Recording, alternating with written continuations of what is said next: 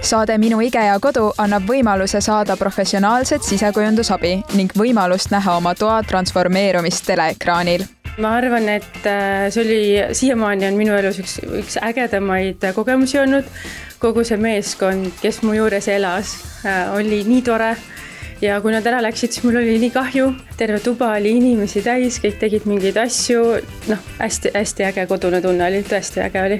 Otsitakse nii kodusid kui ka ettevõtete ruume, mis vajavad uut hingamist või paremaid lahendusi. IKEA sisunduskujundajad aitavad toa muuta praktilisemaks ilma ehitustöödeta. Selles mõttes, et ma olen väga õnnelik. Mul on väga ilus tuba.